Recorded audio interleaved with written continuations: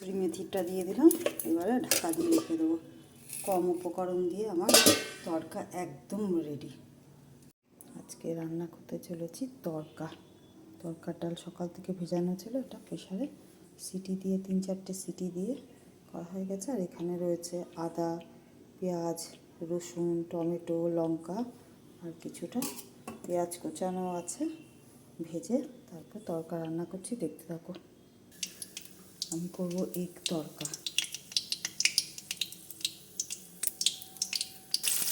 পেঁয়াজটা ছেড়ে দিয়েছি, একটু ভাজা ভাজা হলে মশলাটা দিয়ে দেবো।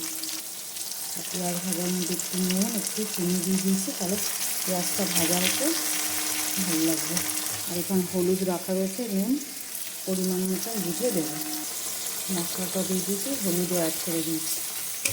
তরকা বানানো এমন কিছু না, তবে আমার ভিডিও বানানোটা একটা শখ, তাতে আমার একাকিত্বটা একটুখানি কম। এখানে ডিমটাও ফেটিয়ে রেখেছি, মশলাটা একটু কষা হলেই তারপরে আমি ডিমটা দিয়ে দেবো। এবার কষাতে কষাতে তেলটা রিলিজ করেছে, এরপরে আমি ডিমটাও দিয়ে দেবো, এর সাথে কষাবো।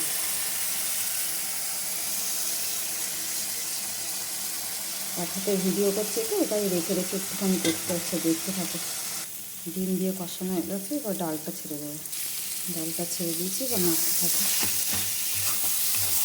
দেখতে থাকো। কষিয়ে একটুখানি জল দিয়ে দিয়েছি। আর এই যে কসুরি মেথি একটু তাওয়াতে সেঁকে নিয়ে দিয়ে দেবো, ব্যাস রেডি হয়ে যাবে। পরে দেখাচ্ছি।